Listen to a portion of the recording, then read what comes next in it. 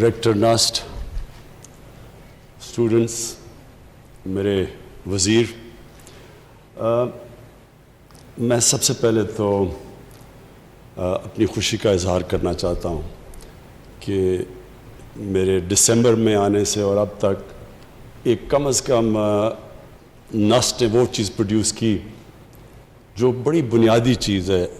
دنیا میں سب سے زیادہ اور پاکستان میں بھی جو لوگ مرتے ہیں وہ ہارٹ ڈیزیز سے مرتے ہیں، اور انفارچونیٹلی وہ بڑا مہنگا علاج ہے۔ تو اس کی ایک تو آپ نے یہ جو آج سٹینٹس لوکلی پروڈیوس کیے اور جو اس کی بہت بڑا پرائس ڈفرینشیل ہے، ایک تو یہ کام کیا کہ آپ نے ہمیں ہمارا فارن ایکسچینج بچایا، اور دوسرا کہ موقع دیا کہ اور زیادہ غریب مریضوں کا جن کو ہارٹ ڈیزیز ہے ان کا ہم علاج کر سکیں۔ تو یہ بہت خوش آئند چیز ہے۔ میں دو چیزیں پہلے کہنا چاہتا ہوں، اور اسٹوڈنٹس آپ سے اس کے بعد جو میں آپ سے جو بات کرنا چاہتا ہوں ہیومن پوٹینشیل پہ، یہ سب کچھ ریلیٹڈ ہے۔ جو پرابلم پاکستان کا سب سے بڑا پرابلم میں فیس کرتا ہوں وہ ایک مائنڈ سیٹ ہے۔ تبدیلی پہلے ذہن کے اندر تبدیلی آتی ہے، پھر زمین پہ آتی ہے۔ ہمارا جو مائنڈ سیٹ جب سے یہ 2 سال میں دیکھ رہا ہوں، جو ہمارے گورنمنٹ کے ادارے بن چکے ہیں، جس طرح ہماری گورنمنٹ فنکشن کرتی ہے، وہ ایک بالکل کوئی کنیکشن نہیں ہے کہ پاکستان نے جانا کس طرف ہے، گورنمنٹ کا کیا رول ہے، گورنمنٹ کے ڈفرینٹ اداروں کا آپس میں کیا کوآرڈینیشن ہونی چاہیے۔ یہ سب کچھ فریکچر ہو چکا ہے، اور اس کی سب سے بڑی وجہ یہ ہے کہ جو ایک نیشن اپنا ویژن طے کرتی ہے کہ ہم نے جانا کدھر ہے، وہ ویژن بلر ہو چکا ہے، اس میں کلیئرٹی نہیں ہے۔ اور جب اس میں کلیئرٹی نہ ہو تو جو پھر ایک گورنمنٹ کے ادارے ہیں ان کے اندر بھی پھر کلیئرٹی نہیں رہتی۔ دیکھیں سب سے بڑا پرابلم ہمارا اس وقت کیا ہے، جو اگر میں ایک پرابلم بتاؤں جو سب سے بڑا ہمارا پرابلم یہ ہے کہ کبھی بھی کوئی ملک آگے بڑھ ہی نہیں سکتا جس کی جب 2 سال پہلے ہمیں گورنمنٹ ملی تو 60 ارب ڈالر کی اس کی امپورٹس ہوں اور اس کی ایکسپورٹس 20 ارب ڈالر کی ہوں، اور 20 ارب ڈالر بھی 25 ارب ڈالر سے 20 ارب ڈالر پہ آئی ہو، یعنی امپورٹ کم ہو گئی، ایکسپورٹ کم ہو گئی ہو پہلے سے۔ کوئی دنیا میں ملک ترقی نہیں کر سکتا کیونکہ آپ کی ویلتھ جنریشن ہی نہیں ہوتی۔ جب آپ کے ملک سے زیادہ ڈالرز باہر جا رہے ہوں اور ملک میں کم ڈالرز اندر آ رہے ہوں تو ملک کبھی خوشحال ہو ہی نہیں سکتا۔ ہر تھوڑی دیر کے بعد ہمیں آئی ایم ایف کے پاس چلے جانا پڑتا ہے۔ کیوں آئی ایم ایف کے پاس جاتے ہیں؟ کہ ہمارے پاس ڈالر کی کمی ہو جاتی ہے، ہمارے ریزروز ختم ہو جاتے ہیں۔ ریزروز نے ختم ہونا ہی ہے جبکہ آپ 40 ارب ڈالر ٹریڈ گیپ جس ملک میں ہو، وہ پریشر تو ریزروز پہ پڑے گا، فارن ایکسچینج ریزروز پہ۔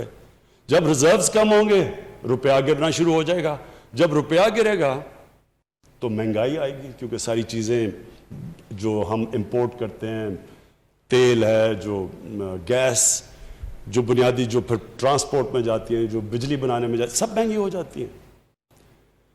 پام آئل امپورٹ کرتے ہیں ہم، گھی مہنگا ہو جاتا ہے، دالیں آج کا امپورٹ، وہ سب مہنگی ہو۔ جب آپ کا روپیہ گرتا ہے تو وہ ملک غریب ہوتا جاتا ہے۔ تو سب سے پہلی چیز یہ کہ اگر ہم نے ملک کو ڈیولپ کرنا ہے تو زیادہ ڈالرز کو اندر آنا چاہیے ملک کے بنسبت باہر جانا چاہیے۔ تو چائنا کی جو ڈیولپمنٹ ہوئی ہے وہ کیوں ہوئی؟ کیونکہ چائنیز لیڈرشپ نے کانشیسلی فیصلہ کیا کہ ہم نے اپنی ایکسپورٹس کو ترجیح دینی ہے، اور انہوں نے جیسے جیسے اپنی ایکسپورٹس بڑھاتے گئے ان کی دولت بڑھتی گئی، اور انہوں نے ایک گورنمنٹ، پھر ساری جو گورنمنٹ تھی اس ساری گورنمنٹ کا کام تھا ایکسپورٹس بڑھانا، اپنے اندر ملک میں زیادہ ڈالرز لے کے آنے۔ جب ترکی میں پرائم منسٹر اردوغان آئے، تب پرائم منسٹر تھے، تو ترکی کا بالکل ہمارا حال تھا۔ وہاں بھی ان کو ہر تھوڑی دیر کے بعد آئی ایم ایف کے پاس جانا پڑتا تھا، ادھر بھی ان کی ڈیموکریسی ڈسرپٹ ہوتی رہتی تھی۔ تو پرائم منسٹر اردوغان نے جو ترکی کی تبدیلی لے کے آئے، انہوں نے پلان کر کے اپنی ایکسپورٹس بڑھائیں. سارے ملک کو لگایا کہ بار بار انہوں نے کہا کہ ہماری, میں نے خود ان کی تقریریں سنی کہ ہماری 3 ٹاپ پرائیورٹیز ہیں, ایکسپورٹس, ایکسپورٹس اور ایکسپورٹس.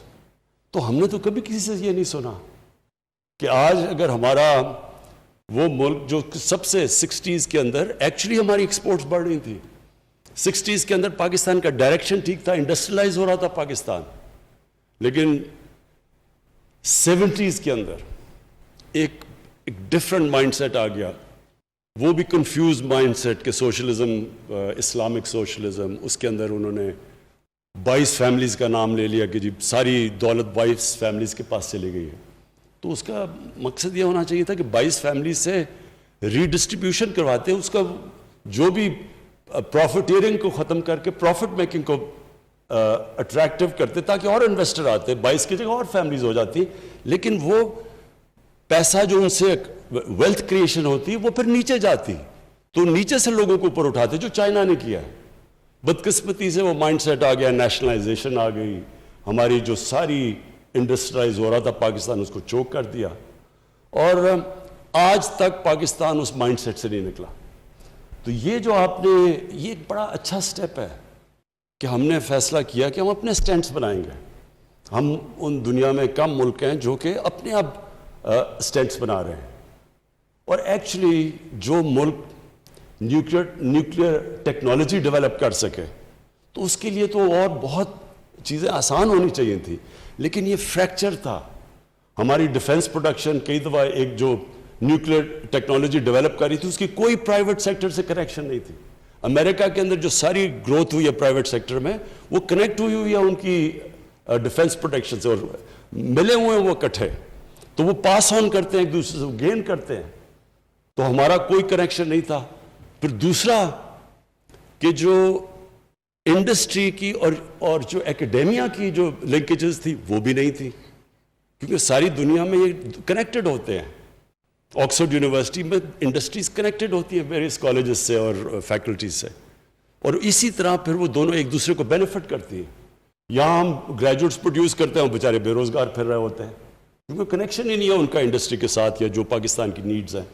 تو یہ بھی دوسری چیز بہت صحیح ڈائریکشن کے اوپر آپ نکل گئے ہیں, کیونکہ جس طرح فواد چودھری نے کہا, اصل چیز تو ایک ملک کبھی بھی صرف کاٹن بیچ کے, یا جس طرح ملیشیا ایک وقت پہ پرائمری پروڈکٹس ربر اور ٹن بیچ رہا تھا, اس سے تو کبھی وہ ایک قوم نہیں اوپر جا سکتی.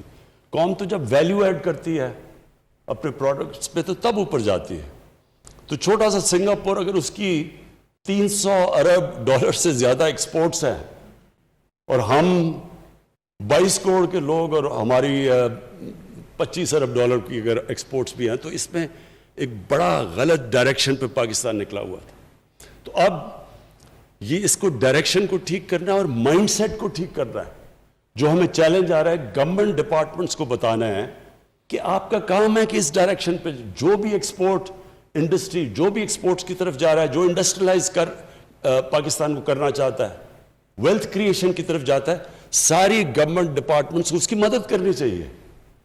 ایف پی آر کو مدد کرنی چاہیے. جو باقی ہماری جتنے بھی جس کو ریڈ ٹیپ کہتے ہیں, وہ بجائے ان کی مدد کرنے کے رکاوٹیں ڈال دیتے ہیں ان کے راستے میں, کیونکہ مائنڈ سیٹ ابھی تک وہی سوشلسٹ مائنڈ سیٹ ہے کہ پروفٹ میکنگ کو کرائم سمجھا جاتا ہے.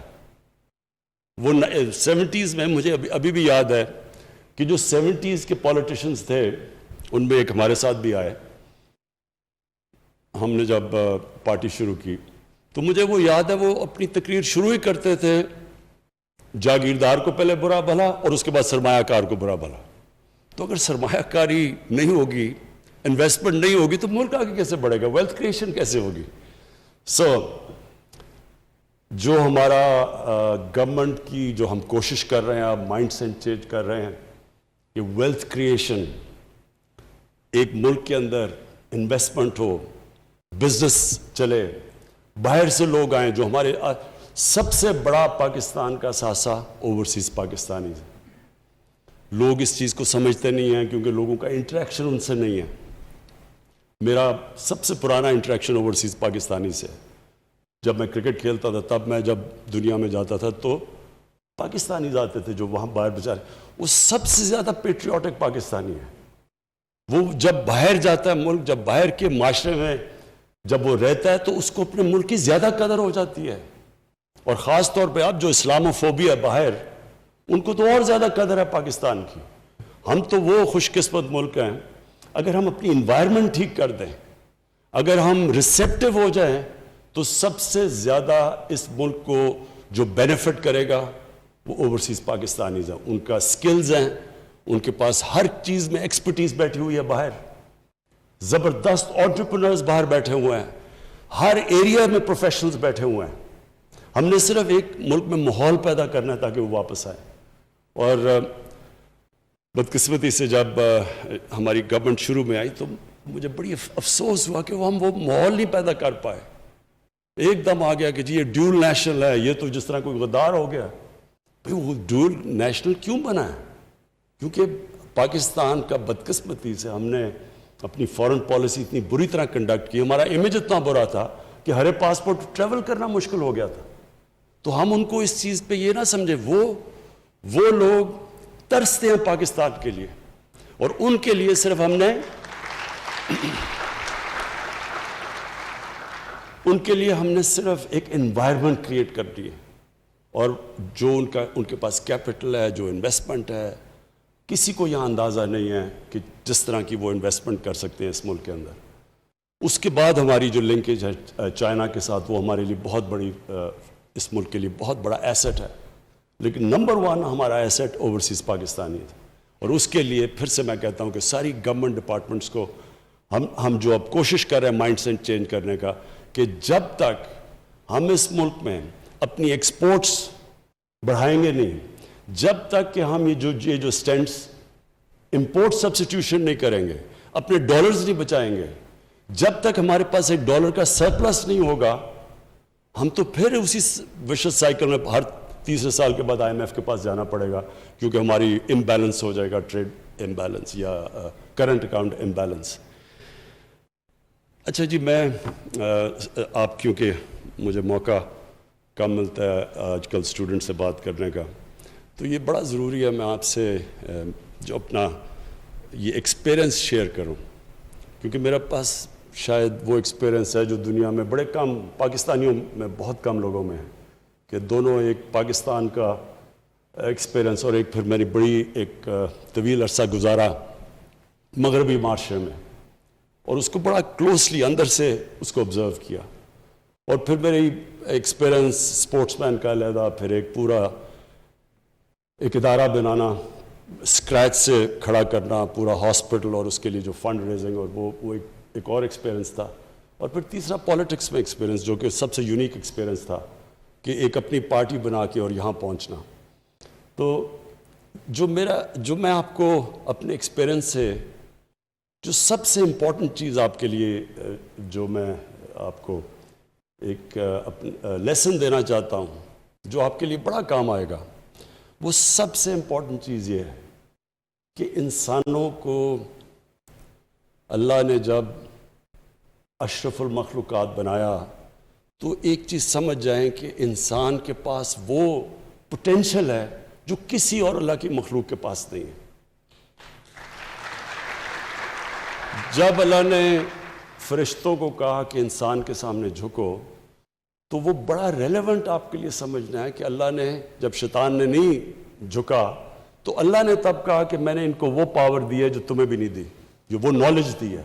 نالج پاور ہوتی ہے. تو یہ پرابلم ہمارا یہ ہوتا ہے کہ ہم اپنے پوٹینشل کو پہچانتے نہیں ہیں، ہم اپنے آپ کو انڈر سیل کرتے ہیں، ہم اپنی جو ویژن ہے جو زندگی کی اس کو اتنی محدود کر لیتے ہیں کہ اپنا ہی پوٹینشل کو کیپ کر دیتے ہیں، ہم اپنے اوپر لمیٹیشنز لگا دیتے ہیں. اور ہم اللہ کی وجہ، جس طرح مولانا رومی نے ایک دفعہ کہا کہ جب اللہ نے آپ کو پر دیے ہیں کیوں چونٹیوں کی طرح زمین پہ رینگ رہے ہو.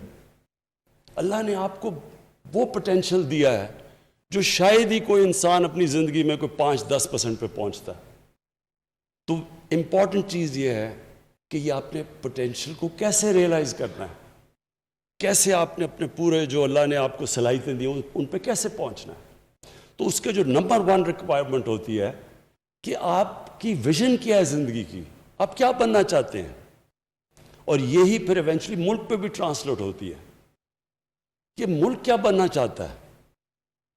کیا وہ کسی نے کہا جی ایشین ٹائیگر بننا چاہتے ہیں؟ ایشین ٹائیگر تو کوئی ایک ویژن نہیں ہونی چاہیے ملک کی. تو ڈیفائن کریں پہلے کہ آپ ایک انسان کیا بننا چاہتا ہے, اور جب آپ یہ فیصلہ کرتے ہیں کہ آپ کیا بننا چاہتے ہیں, وہ ڈیفائن کرے گا کہ آپ کا پوٹینشیل کیا ہے. مثلا میں جب کرکٹ کھیلتا تھا تو میرے سے بڑے زیادہ ٹیلنٹڈ لڑکے تھے, لیکن وہ جب ٹیسٹ ٹیم میں آتے تھے تو وہ سمجھتے تھے کہ بس انہوں نے زندگی میں اچیو کرنا تھا وہ کر لیا, وہ ادھر ہی رک جاتے تھے. کئی کھلاڑی جو بہت زبردست کھلاڑی تھے, جیسے انہوں نے کرکٹ چھوڑی, کرکٹ میں بڑی چیزیں سیکھتا ہے. دیکھیں آپ مقابلہ سیکھتے ہیں, اسپورٹس میں سیکھتے کیا ہے؟ اسپورٹس میں اسٹرگل کرنا سیکھتے ہیں. کوئی بھی اوپر نہیں پہنچ سکتا جب تک ایک بڑے پروسیس سے نہ گزرا ہو, محنت نہ کی ہو اس نے. تو جب آپ اوپر پہنچ جاتے ہیں اور آپ ریٹائر ہو گئے, اب جب ریٹائر ہوتا ہے انسان تو کیا اس کا مطلب بس وہ ساری زندگی اب کرکٹ کی باتیں کرتا رہے؟ تو اس کا وہی پوٹینشیل ختم ہو گیا. لیکن اگر اس نے سیکھ لیا اسٹرگل کرنا, تو میری کنٹینشن ہے وہ کسی بھی پروفیشن میں کوئی بھی کام کرنا چاہے وہ کر سکتا ہے, کیونکہ وہ بیسکلی اس کو ایک چیز سمجھ آ گئی کہ زندگی میں اوپر جاتا ہے کیسے انسان. اور اس لیے ہر چیز کے اندر آپ خود ڈیفائن کر سکتے ہیں کہ میں کیا بننا چاہتا ہوں. اس لیے ایک چیز یاد رکھنا کہ انسان کا جو پوٹینشیل ہے وہ لمٹ لیس ہے. آپ جو چاہتے ہیں بن سکتے ہیں, اور اپنی سوچ چھوٹی نہ رکھیں. جو سب سے چھوٹی سوچ ہوتی ہے, جو ویژن ہوتی ہے, وہ پیسہ بنانا ہے. میں اپنی زندگی میں بڑے قابل, اپنی یونیورسٹی میں بھی ملا, HSN میں بھی بڑے قابل لڑکے تھے, لیکن وہ کیوں زیادہ اوپر نہیں گئے؟ مطمئن ہو گئے مٹیریل کمفرٹ سے. جو مٹیریلزم جس کی صرف ویژن یہ اس پہ رک جاتی ہے کہ میں نے پیسہ بنانا ہے, میں نے کمفرٹ کرنا ہے, یہ بڑی چھوٹی ویژن ہوتی ہے. جو میرا نچوڑ ہے زندگی کا وہ یہ کہ ساری زندگی کا فلسفہ نماز کے اندر اس چیز پہ آ جاتا ہے جو آپ اللہ سے مانگتے ہیں کہ اللہ مجھے ان کے راستے پہ لگا جن کو تو نے نعمتیں بخشیں, ان کے نہیں جو غلط راستے اپنی تباہی کے راستے پہ چلے گئے. یہ جو اللہ کہتا ہے نا 5 وقت نماز پڑھو, یہ بھی بائی دا وے میں نے بڑی لیٹ اپنی زندگی میں اس چیز کو سمجھا. یہ ہے زندگی کا آپ کا فلسفہ, کیونکہ جب آپ اس کے اوپر غور کریں گے تو کس کو اللہ نے نعمتیں بخشی؟ اپنے پیغمبروں کو, سب سے زیادہ جو ان کے حبیب تھے نبی صلی اللہ علیہ وسلم, ان کو نعمتیں بخشی. تو کیا ان کی زندگی آسان تھی؟ کمفرٹیبل زندگی تھی؟ بڑی مشکل زندگی تھی.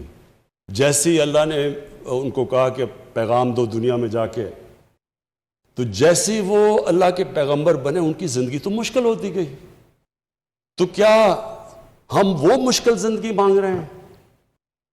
وہ ہے. اور اس کے اندر جو دوسری چیز اب آتی ہے کہ ہم سب کیا چاہتے ہیں زندگی میں؟ خوشی چاہتے ہیں نا. ہم جو بھی چیز ہم سمجھتے ہیں پیسہ بنائیں گے تو ہمیں خوشی مل جائے گی, ہم سمجھتے ہیں کہ شادی ہوگی, بچے ہوں گے, خوشی مل جائے گی, ہم خوشی ڈھونڈ رہے ہوتے ہیں نا. تو یہ کیوں اللہ نے کہا ہے کہ ہم صرف ایک چیز مانگے نماز میں, ان کے راستے پہ لگاؤ جن کو تو نے نعمتیں بخشی. تو ان سارے پیغمبروں کے بڑے مشکل راستے تھے, اور سب سے بڑے جو اللہ نے سب سے زیادہ جو اللہ کے سب سے قریب تھے انسان, ان کی تو آپ زندگی پڑھ لیں. جو 23 سال تھے نبوت کے بعد, وہ بڑے مشکل تھے ان کے لیے. لیکن اس سے کیا چیز اور سامنے آتی ہے کہ ہم جو خوشی ڈھونڈتے ہیں, ہم ڈھونڈتے ہیں جسمانی خوشیوں کے اوپر, پیسے سے اور جو بھی نشے سے. یہ ساری عارضی پلیجر سیکنگ کو ہم کنفیوز کر دیتے ہیں خوشی سے. خوشی آتی ہے جب آپ کی روح خوش ہوتی ہے. روح آپ کی تب خوش ہوتی ہے, روح کنیکٹڈ ہے اللہ کے ساتھ. اس لیے روح آپ کی تب خوش ہوتی ہے جب اس راستے پہ چلیں جن کو اللہ نے نعمتیں بخشی. یہ ایکچولی میری ساری زندگی کا یہ تجربہ یہ ہے کہ ہم ڈھونڈتے ہیں خوشی غلط جگہ. ہم جب شروع میں یہاں فلمیں دیکھتے تھے، ویسٹرن فلمیں، جب میں پہلی دفعہ انگلینڈ گیا تو ہماری عجیب عجیب کانسیپٹ تھے خوشی کے، کہ خوشی کیا ہے، ہم یاٹ پہ جا رہے ہیں سمندر میں، یہ بڑی خوشی ہے جناب. بیچ پہ وہ ہم تو یہ دیکھتے تھے نا، ہم نے تو فلموں میں دیکھا ہوتا. تو جب ہم بیچ پہ پہنچے کرکٹ کی وجہ سے تو ہم نے دیکھا ہم پاگل ہو گئے. گرمی کے اندر ہم لیٹے ہوئے ہیں، ہم یہاں 6 مہینے گرمی سے بچتے ہیں، ادھر ہم گرمی میں لیٹے ہوئے ہیں کہ جناب، کیونکہ ہم نے سنا تھا یہی ہے خوشی کا طریقہ. یا پھر وہ کشتی پہ جاؤ جی، یاٹ کے اوپر ہالیڈیز، وہ بھی جب گئے مجھے تو سی سکنس ہوگی دوسرے دن. تو ہم خوشی جو سمجھتے ہیں کہ جدھر خوشی ہے ادھر نہیں ہے. خوشی آپ کو ملتی ہے جب آپ کی روح خوش ہوتی ہے. اور روح خوش میری کب ہوئی؟ کیونکہ مجھے تو کرکٹ میں سب سے زیادہ اپنے جب میں کھیلتا تھا اللہ نے مجھے وہ کامیابی دی اور وہ ہائٹس دی جو اس وقت تو کسی کو نہیں ملی تھی. لیکن جب شوکت خانم کینسر ہاسپٹل کا دروازہ کھلا پہلے دن، میں آپ کو بیان نہیں کر سکتا کہ جو مجھے خوشی تب ملی.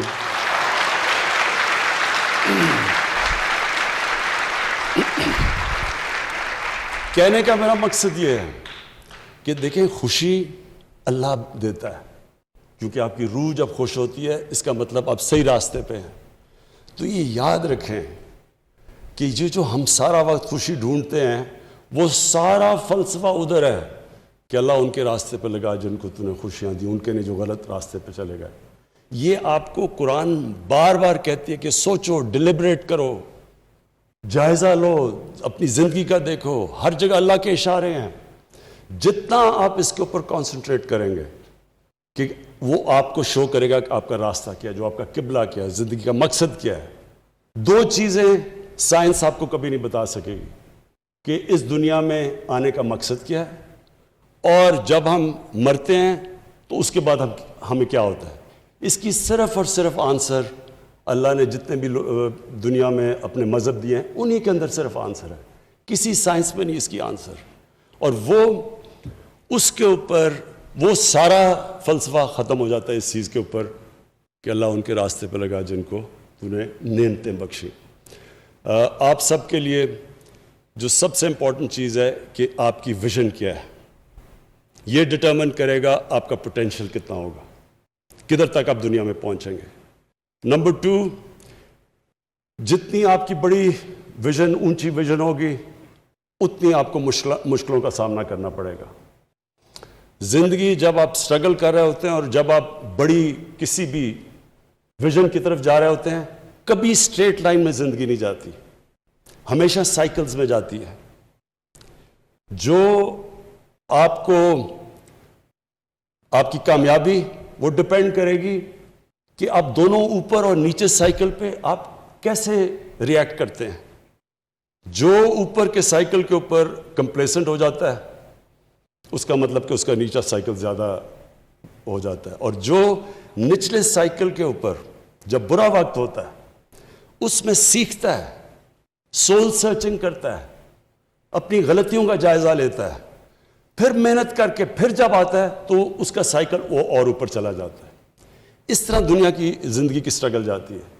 جو نچلے سائیکل کے اوپر ڈیمورلائز ہو جاتا ہے، بڑے بڑے بزنسز میں نے اپنی زندگی میں دیکھے، جب ان کو لاس ہوا، جب بزنس میں پرابلمز آئے تو انہوں نے شارٹ کٹ لے لی، انہوں نے فراڈ کر دیا بچنے کے لیے.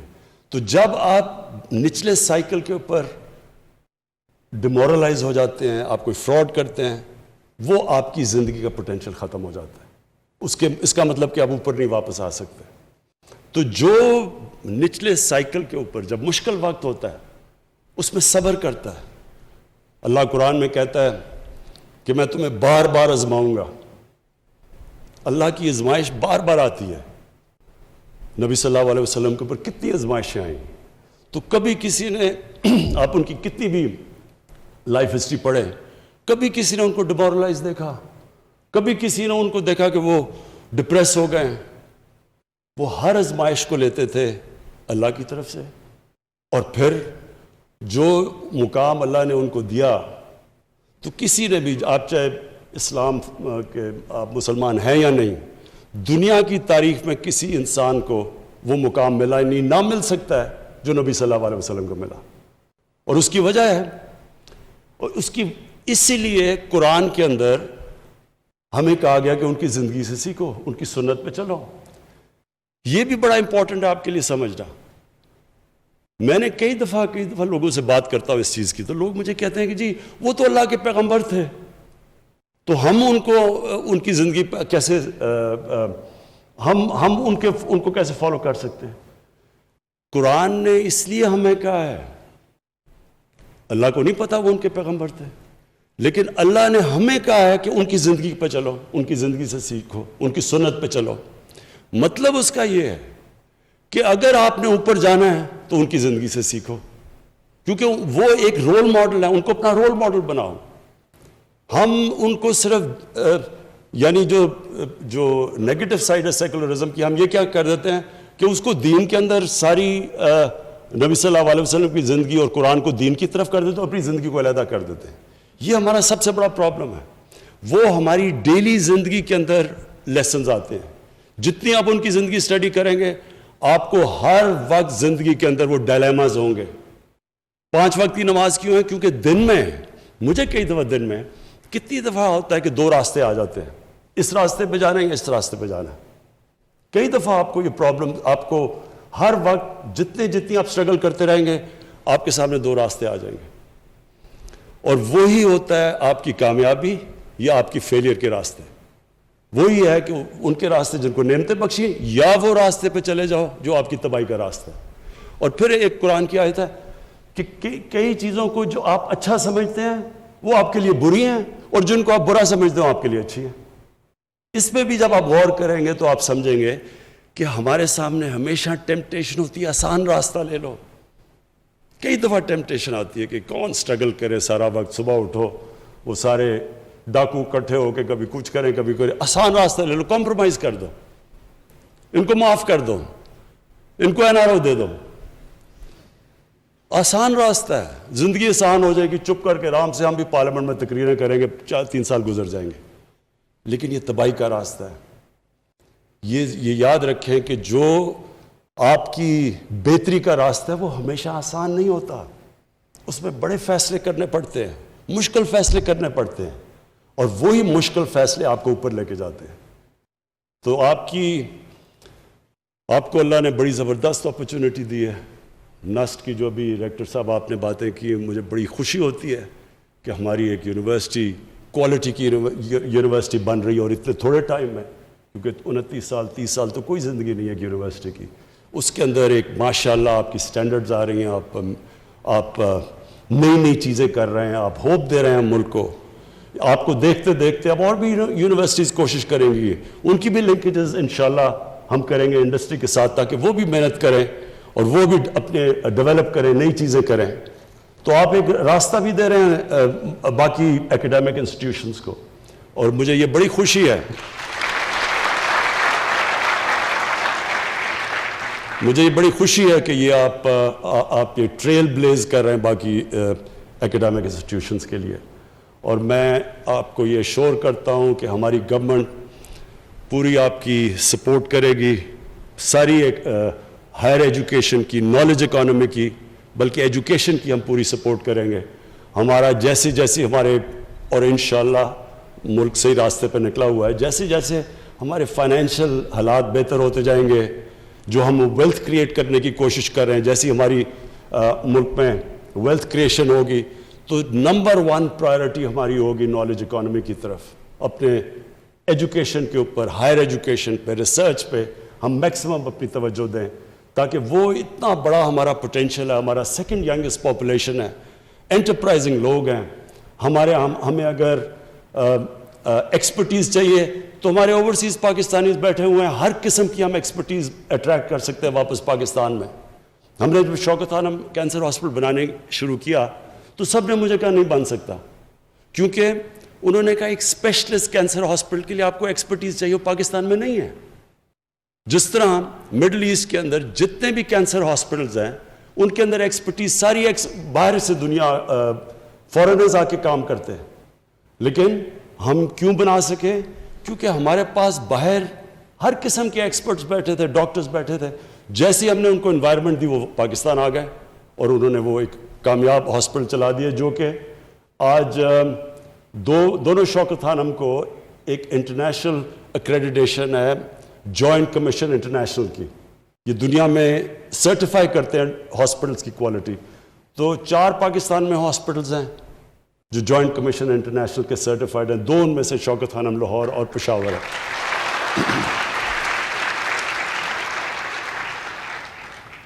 میں پھر سے جی آپ کو مبارک بھی دیتا ہوں، اور آخر میں میرا لاسٹ ورڈ آپ سب کے لیے، اپنے اسٹوڈنٹس کے لیے یہ ہے کہ دیکھیں، جب میں کرکٹ کھیلنے گیا پہلی دفعہ انگلینڈ، 18 سال کا تھا میں، تو ہمارے سینئر پلیئرز نے ہمیں کہا کہ، اور ان دنوں میں تو نئی نئی آزادی ملی تھی نا، تب تو بڑا انفلوئنس تھا کلونیلزم کا، تو انہوں نے کہا کہ دیکھو انگریز سے تو جیتنا کا سوال ہی نہیں پیدا ہوتا، ہم اگر عزت سے ہار کے آگے تو بہت بڑی کامیابی ہوگی.